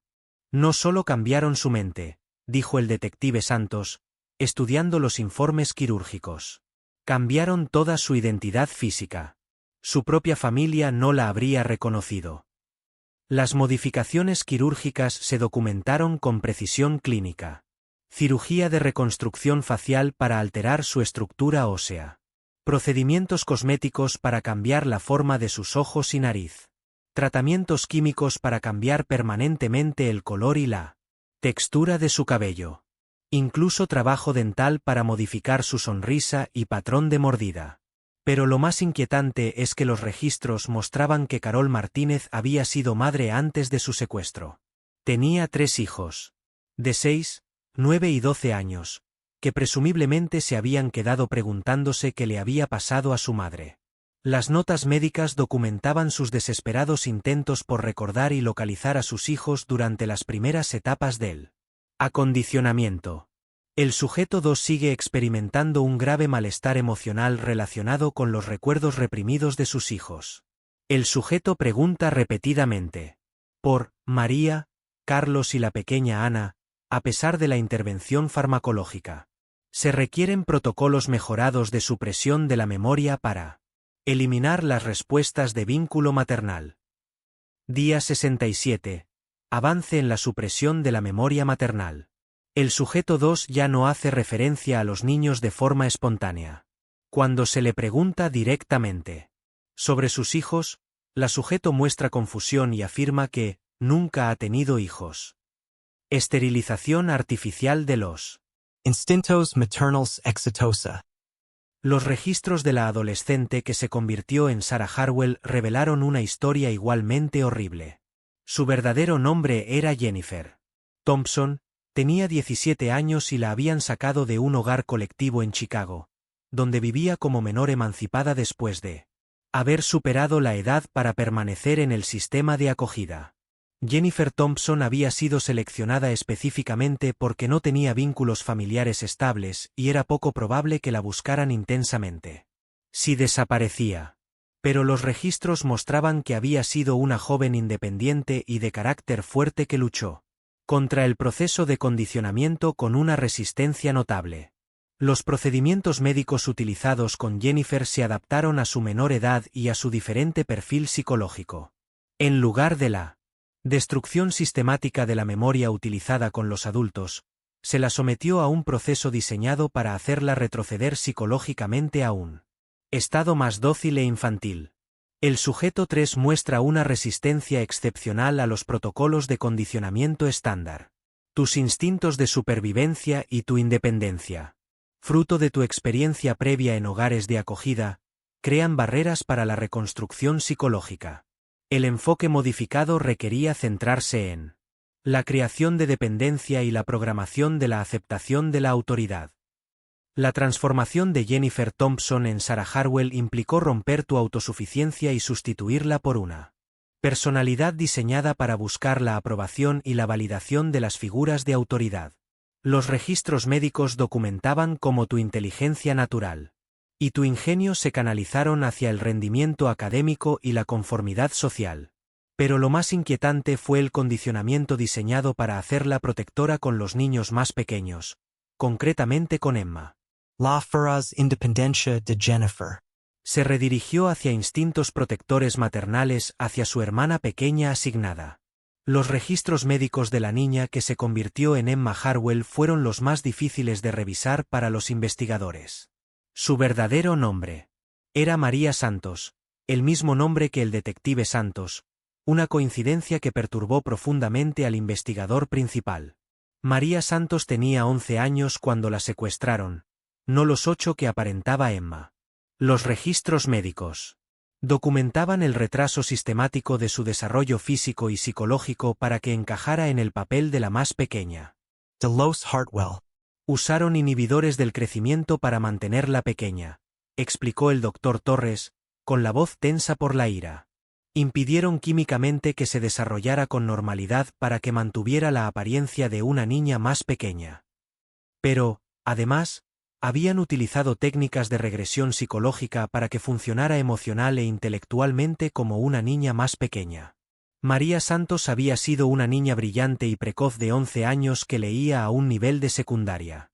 Emma Hartwell. Funcionaba como una niña obediente de 8 años con habilidades e intereses apropiados para su edad. Los registros médicos mostraban que María Santos había sido retirada de un hogar de acogida después de que sus padres murieran en un accidente de coche.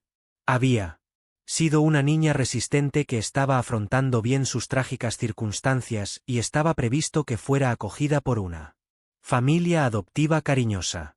En cambio, fue sometida a procedimientos diseñados para borrar sus recuerdos de sus padres, su dolor por su pérdida y sus esperanzas de tener una nueva familia. Se te hizo retroceder psicológicamente a un estado emocional más manejable y se te dio una nueva identidad como la más joven miembro de la familia artificial Harwell. Protocolos de regresión del sujeto 4 exitosos. Matriz de personalidad original de los padres fallecidos y recuerdos traumáticos suprimidos con éxito. El sujeto ahora muestra una dependencia emocional adecuada hacia los sujetos adultos y un vínculo fraternal con el sujeto 3. Regresión de edad. Mantenida mediante intervención farmacéutica continua. Pero el descubrimiento más escalofriante llegó al final de los archivos médicos. Había un documento de análisis exhaustivo titulado Unidad Familiar Harwell. Evaluación final y protocolos de replicación. Este documento evaluaba el éxito de todo el experimento y proporcionaba instrucciones detalladas para replicar el proceso con otras familias. La última serie de grabaciones capturó algo que el experimentador nunca había previsto: el comienzo de la recuperación espontánea de la memoria en uno de los sujetos. Una grabación fechada el 10 de noviembre de 1987 capturó a Emma jugando sola en su habitación. Pero en lugar de la charla infantil que había sido típica de su comportamiento durante los 4 años anteriores, su voz tenía una cualidad diferente. Adelaide, ¿alguna vez recuerdas cosas que no tienen sentido? Sigo teniendo sueños sobre una señora de pelo oscuro que solía leerme cuentos. Pero mamá tiene el pelo rubio y no se parece a la señora de mis sueños. Y a veces recuerdo un gran perro amarillo. Pero nosotros no tenemos perro. La grabación capturó la confusión de Emma cuando los recuerdos reprimidos comenzaron a aflorar. La señora de mis sueños me llama por otro nombre. No, Emma. Me llama María pero ese no es mi nombre. Mi nombre es Emma Hartwell. ¿No es así, Adelaide? Ese es mi nombre. ¿Verdad? Una grabación del 15 de noviembre mostraba que los recuerdos de Emma se volvían más específicos e inquietantes. Adelaide, creo que la mujer de mis sueños era mi verdadera mamá. Antes de mamá y papá. Creo que le pasó algo malo. Y entonces vine aquí. Pero eso no tiene sentido, porque siempre he vivido aquí con mi familia. ¿No es así? Pero la grabación más escalofriante data del 17 de noviembre de 1987, justo un día antes de que la familia desapareciera. En ella se oye a Emma hablando con Sara en su dormitorio. Emma, Sara, ¿alguna vez sientes que no eres realmente tú? Sara, ¿qué quieres decir, cariño? Emma, a veces siento que estoy fingiendo ser Emma, pero en realidad soy otra persona por dentro. Alguien Mayer. Alguien que recuerda cosas diferentes. Sara, Emma, me estás asustando. ¿Por qué dices algo así? Emma, hoy he recordado algo. Recordé estar en una casa diferente, con una mamá diferente. Y entonces era más grande. No tan pequeña como ahora. Sara, creo que alguien me ha hecho más pequeña. La grabación capturó un largo silencio antes de la respuesta de Sara. Sarah. Emma, yo. A veces también tengo sueños extraños. Sobre ser otra persona, estar en otro lugar. Pero solo son sueños. ¿Verdad? Tienen que ser solo sueños. La última grabación de la colección tenía fecha del 18 de noviembre de 1987. A las 11:47 de la noche capturó una conversación entre Richard y Margaret en su dormitorio, pero sus voces transmitían una urgencia y un miedo que nunca habían estado presentes en ninguna grabación anterior. Richard. Algo le pasa a Emma. Está haciendo preguntas sobre su pasado, sobre tener una familia diferente. ¿Cómo es posible? Margaret, no lo sé, pero yo también he tenido sensaciones extrañas. A veces me miro en el espejo y no me reconozco. No dejo de pensar en los hijos que nunca tuve, pero los recuerdos parecen tan reales. Richard, esto es imposible. Hemos sido felices. Hemos sido una familia perfecta. ¿Por qué está pasando esto ahora? Margaret, Richard, ¿y si no somos quienes creemos ser? ¿Y si nuestros recuerdos no son reales? La grabación terminaba abruptamente ahí. Era el último audio capturado en la casa de los Harwell. Chen miró al equipo de investigación con agotamiento y horror en los ojos. Eso es todo, dijo. Esa es la última grabación. Lo que sea que haya pasado después de las 11:47 de la noche del 18 de noviembre de 1987, no quedó grabado en el audio. Pero el agente Kim había encontrado un dispositivo de grabación más en el sótano. Una grabadora portátil que se había activado manualmente. La última grabación no la hizo el sistema de vigilancia. La hizo el propio experimentador. La voz de esta última grabación ya no estaba modulada artificialmente. Por primera vez, el equipo de investigación escuchó la voz real de la persona que había destruido a la familia Harwell.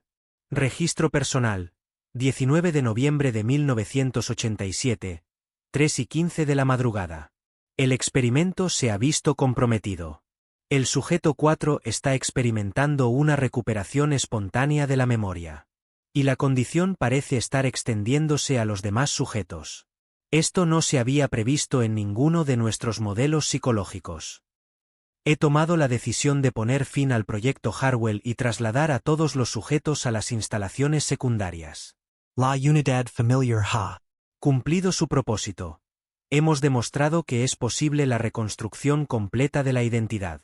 Los datos recopilados serán muy valiosos para futuras aplicaciones. Sin embargo, me encuentro emocionalmente comprometido por esta decisión. He observado a estos sujetos durante casi 5 años.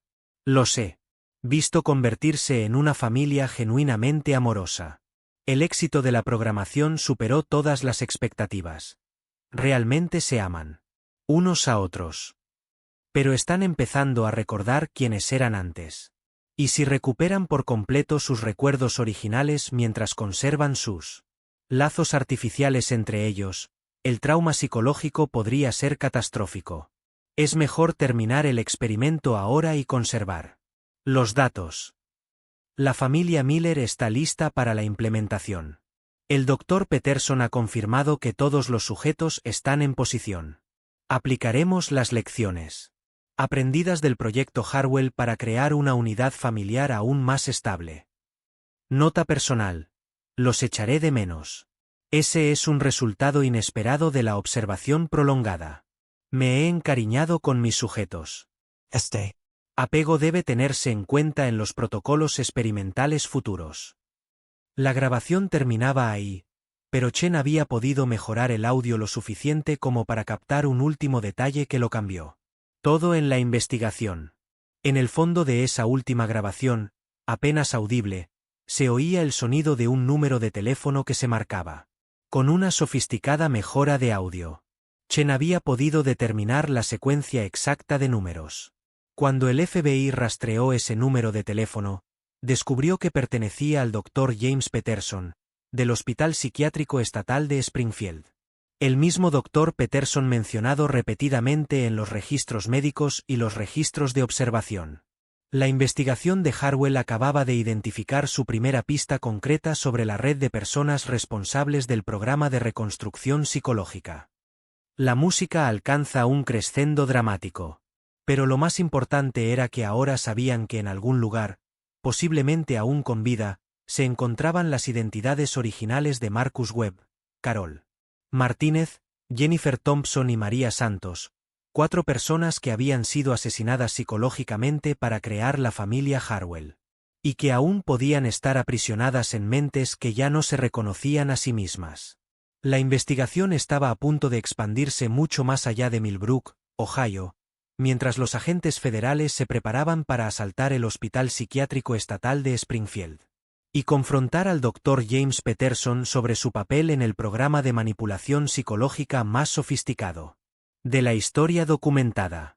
A las 6:47 de la mañana del 3 de abril de 2023, un grupo de trabajo conjunto formado por agentes del FBI, oficiales de la Oficina de Investigación Criminal de Ohio y alguaciles federales, rodeó el Hospital Psiquiátrico Estatal de Springfield. El agente Robert Kim dirigió al equipo a través de la entrada principal, mientras que la detective María Santos coordinó el registro de la oficina y los archivos personales del Dr. James Peterson. Lo que encontraron dentro del hospital psiquiátrico sacaría a la luz una red de manipulación psicológica que abarcaba varios estados e involucraba a docenas de víctimas durante un periodo de casi 20 años. El Dr. James Peterson no se encontraba en su oficina cuando llegaron los agentes. Según la administración del hospital, había tomado una licencia indefinida en diciembre de 1987, solo un mes después de la desaparición de la familia Harwell. No se le había visto ni se había sabido nada de él desde entonces, a pesar de que oficialmente seguía empleado por el hospital. Pero la oficina de Peterson contenía pruebas que lo conectaban directamente con el experimento Harwell y revelaban el verdadero alcance del programa de reconstrucción psicológica. El agente Kim abrió los archivadores de Peterson y encontró perfiles psicológicos detallados de cientos de sujetos potenciales. Los archivos estaban organizados por categorías: adultos aislados, niños en acogida, pacientes terminales, residentes en centros psiquiátricos. Cada Archivo contenía fotografías, información sobre los antecedentes y un análisis detallado de la idoneidad del sujeto para los procedimientos de reconstrucción de la identidad. Estaba buscando víctimas, dijo el detective Santos, hojeando los archivos. Mira estos criterios de selección: personas sin fuertes vínculos familiares, individuos a los que no se buscaría intensamente si desaparecieran, pacientes cuyas muertes podrían explicarse o encubrirse fácilmente. Pero más inquietantes que los archivos de las víctimas eran los documentos que revelaban el papel de Peterson en una organización mucho más grande. La correspondencia encontrada en su escritorio mostraba que informaba a alguien identificado solo como el director y que coordinaba con centros en al menos otros 6 estados. Un memorándum fechado el 15 de octubre de 1987 esbozaba los planes de expansión de lo que se denominaba el proyecto de construcción de familias. La implementación de la fase 2 avanza según lo previsto. Las instalaciones de Springfield están listas para la creación de la primera unidad familiar completa. Las instalaciones de Denver y Atlanta informan de la finalización con éxito del desarrollo de la infraestructura. Las instalaciones de Seattle han identificado un grupo óptimo de sujetos. Se recomienda proceder a la implementación simultánea en todos los sitios. Los datos de la unidad de Harwell confirman la viabilidad de la reconstrucción completa de la identidad. El vínculo psicológico entre los sujetos superó todas las proyecciones. La integración familiar con el entorno comunitario logró un camuflaje perfecto para las operaciones en curso. Solicitamos la aprobación de la fase 3. Despliegue. Las unidades familiares reconstruidas están listas para las misiones operativas acordadas. La visión del director de contar con activos psicológicos integrados en las comunidades suburbanas ya puede hacerse realidad. El agente Kim leyó este memorándum 2 veces antes de comprender todas sus implicaciones. No solo estaban llevando a cabo experimentos, dijo al grupo de trabajo. Estaban creando agentes durmientes, familias reconstruidas psicológicamente que podían integrarse en las comunidades y activarse para algún propósito mayor. El registro de la oficina reveló el diario personal de Peterson, que documentaba su participación en el programa desde sus primeras etapas. Las entradas revelaban a un psiquiatra brillante pero profundamente perturbado que se había obsesionado con la posibilidad de controlar completamente la conciencia humana. 12 de enero de 1981. Las teorías del director sobre la reconstrucción de la conciencia son revolucionarias. La psiquiatría tradicional se limita a tratar los síntomas, pero nosotros tenemos la oportunidad de reconstruir completamente la personalidad humana desde cero.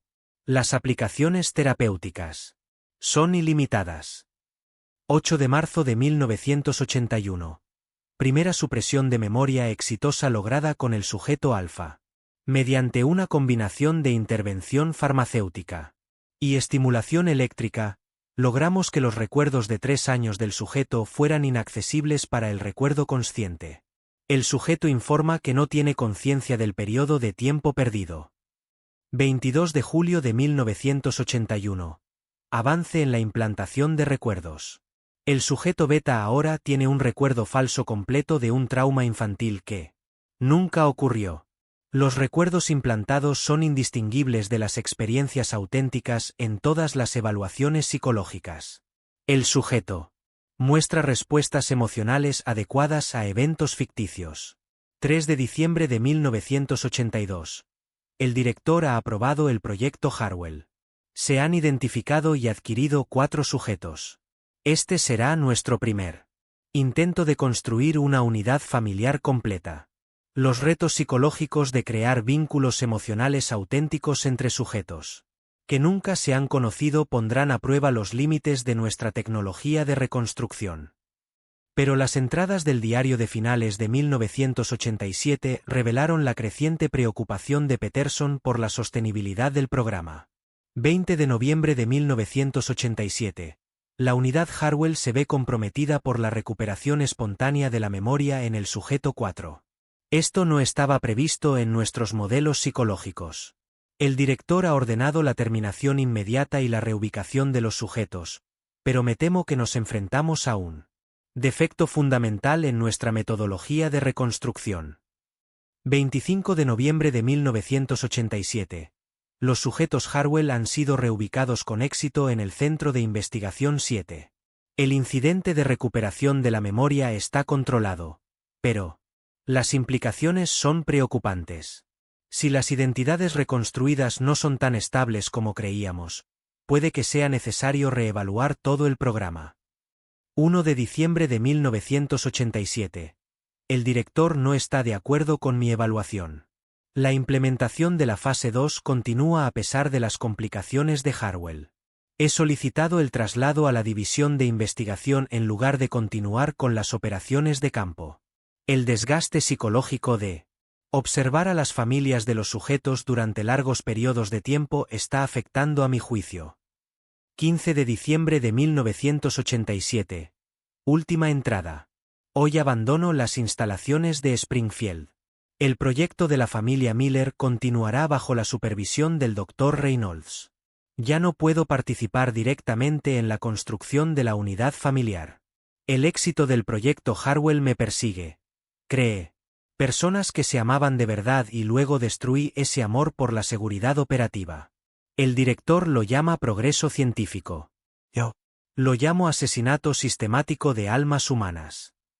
El grupo de trabajo comenzó inmediatamente a buscar el Centro de Investigación 7 y al Dr. Reynolds, pero ambas pistas resultaron difíciles de seguir. El centro no figuraba en ninguna base de datos del gobierno y el Dr. Reynolds parecía ser otra identidad que solo existía en la documentación interna del programa. Sin embargo, los archivos de Peterson contenían recibos de envío y pedidos de suministros que proporcionaron una pista crucial. los Fármacos experimentales y los sofisticados equipos de grabación encontrados en el sótano de Harwell habían sido enviados a direcciones en Denver, Atlanta y Seattle, las mismas ciudades mencionadas en los memorandos de expansión. Se notificó inmediatamente a las oficinas locales del FBI en las tres ciudades, que comenzaron a investigar posibles centros psiquiátricos o de investigación que pudieran estar relacionados con el programa. El avance se produjo en Seattle. La agente Lisa Chan descubrió que un centro privado de investigación psiquiátrica llamado Instituto de Rehabilitación Cognitiva había estado recibiendo envíos de los mismos fármacos experimentales que figuraban en los registros de Peterson. El centro estaba ubicado en una mansión reconvertida en un barrio residencial de lujo, un camuflaje perfecto para la experimentación ilegal con seres humanos. Cuando los agentes del FBI de Seattle registraron el Instituto de Rehabilitación Cognitiva el 8 de abril de 2023, lo encontraron abandonado, pero sin limpiar. El centro contenía equipos y documentación que hacían parecer primitivo el sótano de Harwell en comparación. El centro de Seattle había sido diseñado para la reconstrucción psicológica a escala industrial. Había 12 cámaras de acondicionamiento, individuales, cada una equipada con la tecnología de control mental más avanzada disponible. Equipos médicos que podían realizar sofisticadas operaciones de cirugía cerebral sin abrir el cráneo. Laboratorios farmacéuticos capaces de producir compuestos experimentales que no existían en ninguna base de datos de investigación legal.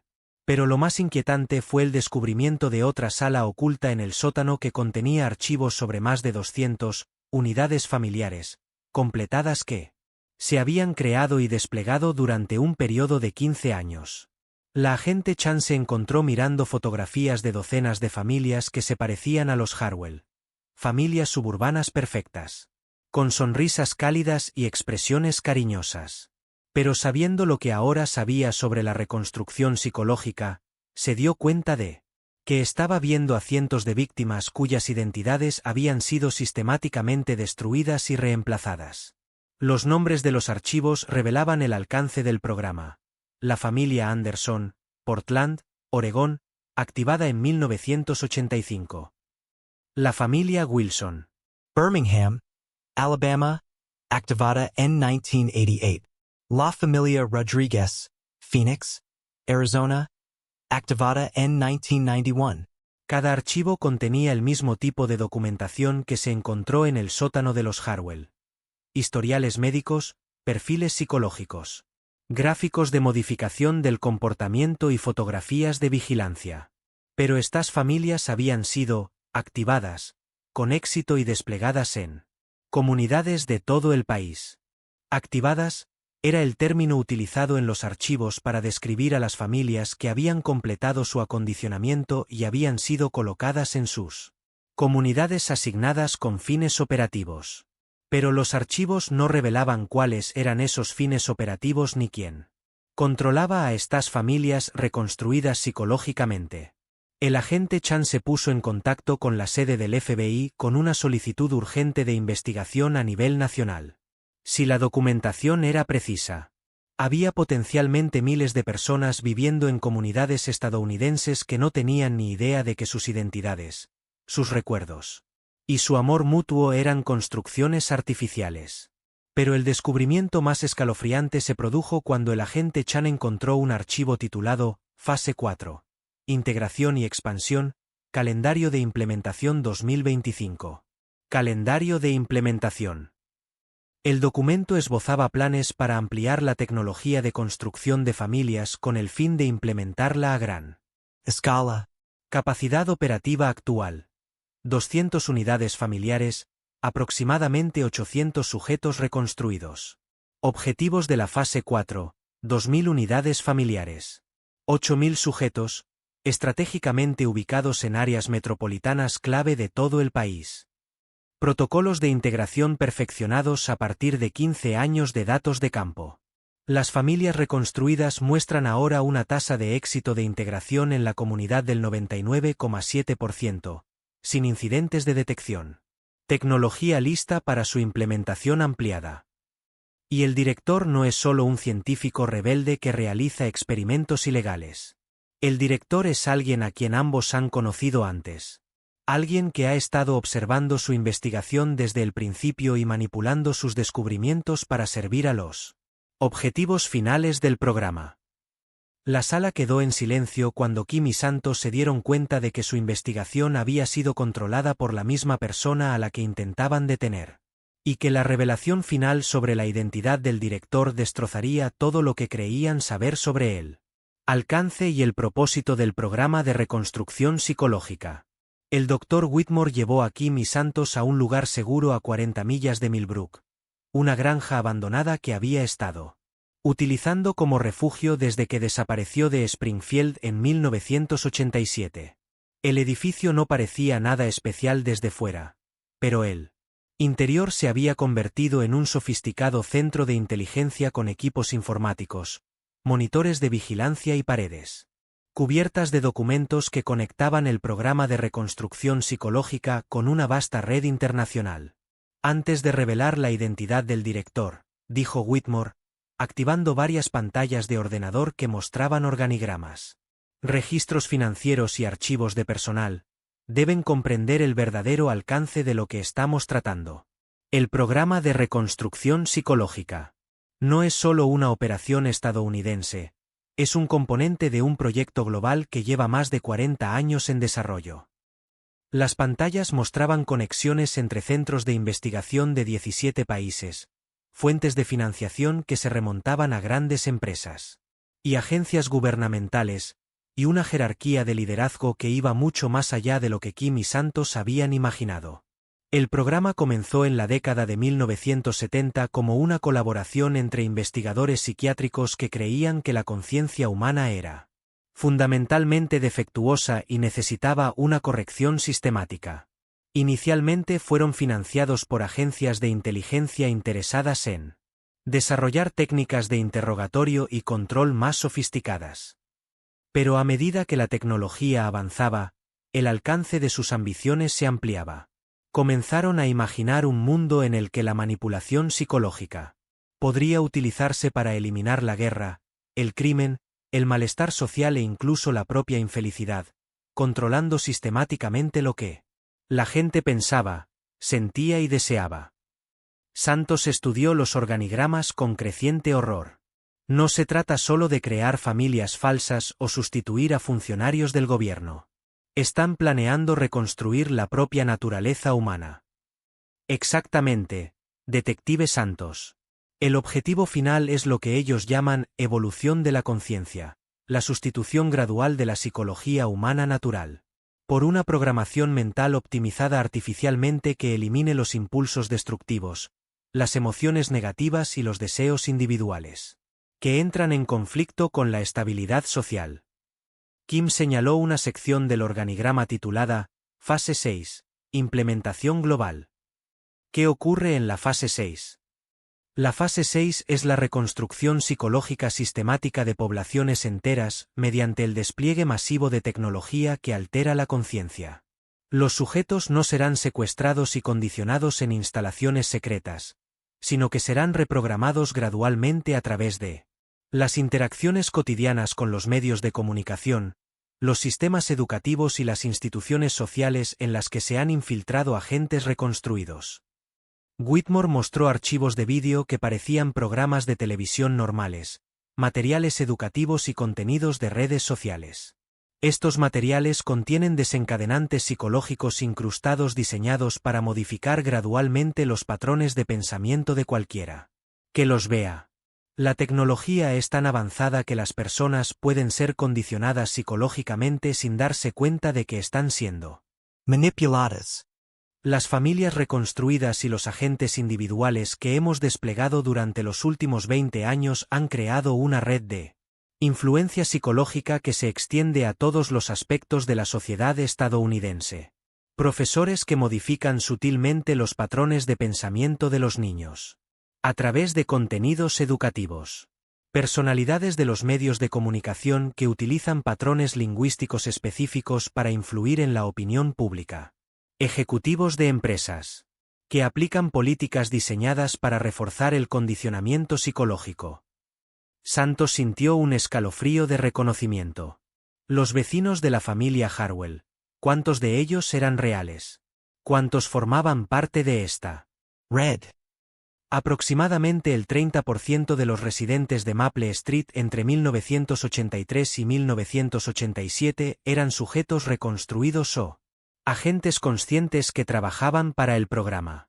La familia Harwell estaba rodeada de personas que vigilaban su comportamiento, reforzaban su programación y garantizaban su integración satisfactoria en la comunidad. Así es como mantuvieron un camuflaje tan perfecto durante 4 años.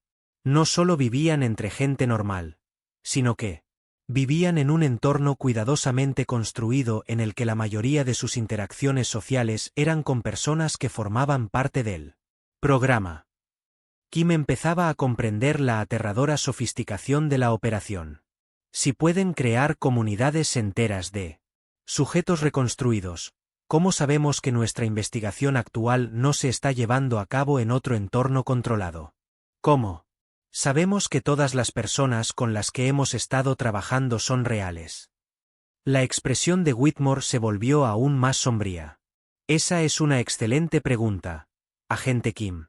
Y la respuesta es que no podemos saberlo con certeza. La infiltración del programa en las fuerzas del orden y las agencias de inteligencia es tan completa que debemos suponer que la mayoría de las personas involucradas en esta investigación han sido comprometidas de alguna manera. Activó otra pantalla que mostraba los expedientes personales de los agentes del FBI, los policías, los especialistas forenses y los funcionarios del gobierno que habían participado en la investigación de Harwell. Unos indicadores rojos marcaban aproximadamente el 60% de los expedientes. Se trata de personas que son sujetos reconstruidos, agentes conscientes o individuos cuyos perfiles psicológicos han sido modificados mediante técnicas de condicionamiento más sutiles. Creen que están llevando a cabo una investigación legítima, pero sus acciones están guiadas por una programación que garantiza que solo descubran lo que el programa quiere revelar. Santos miró fijamente su propio expediente en la pantalla, marcado con un indicador rojo. Así que, incluso sabiendo lo que sabemos ahora, seguimos sin poder confiar en nuestro propio juicio o en nuestros procesos de toma de decisiones. Así es, detective Santos. Tus respuestas emocionales, tus instintos investigativos, tus capacidades analíticas, todo ello ha sido mejorado artificialmente y dirigido para servir a los objetivos del programa. Sois excelentes investigadores porque fuisteis diseñados para ser excelentes investigadores con este propósito específico.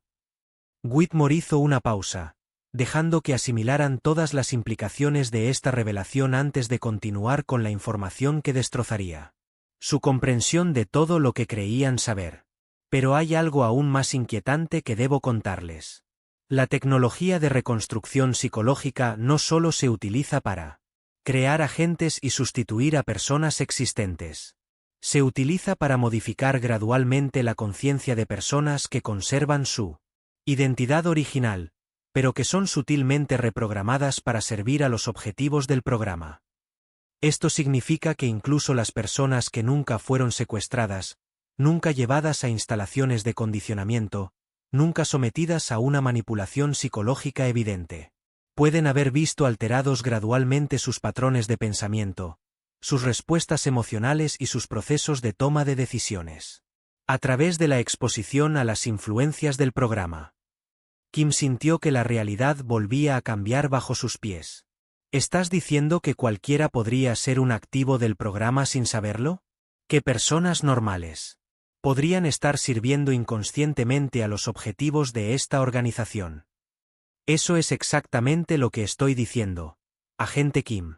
La innovación más exitosa del programa ha sido el desarrollo de técnicas de condición AM.